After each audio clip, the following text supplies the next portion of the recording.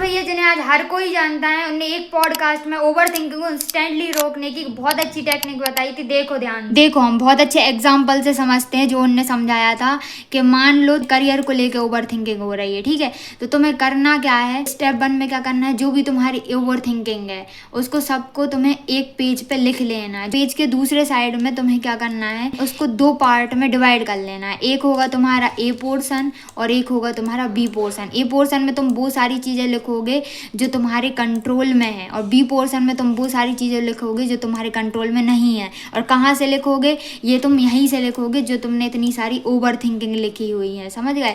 फिर उसके बाद में तुम नेक्स्ट स्टेप में क्या करोगे, जो तुम्हारा बी वाला पोर्शन है तुम्हारा, उस पूरे को काट दोगे, क्योंकि ये तुम्हारे कंट्रोल में है ही नहीं, तुम इनको चेंज ही नहीं कर सकते, तो इन सबको तुम काट दोगे। और जो तुम्हारे ए पोर्शन में है, अब तुम्हारा ध्यान केवल और केवल इन्हीं सब चीज़ों पे रहेगा। और इन सब चीज़ों पे जब तुम्हारा ध्यान रहेगा जिनको तुम कंट्रोल कर सकते हो, तो तुम्हारी ओवर थिंकिंग अपने आप कम हो जाएगी, क्लैरिटी आ जाएगी तुम्हें, और फालतू चीज़ें सोचने से तुम बच जाओगे और जो फाइनल एक्शन तुम्हें लेना चाहिए वो ले पाओगे। ये बात हमेशा याद रखना जो मैंने यहाँ पे लिखी है, कि जो तुम्हारे कंट्रोल में है उस पर 100% दो, बाकी सब छोड़ दो भाई। जिस पे तुम बिलीव करते हो, जिस भी गॉड पे बिलीव करते हो, उनके ऊपर छोड़ दो।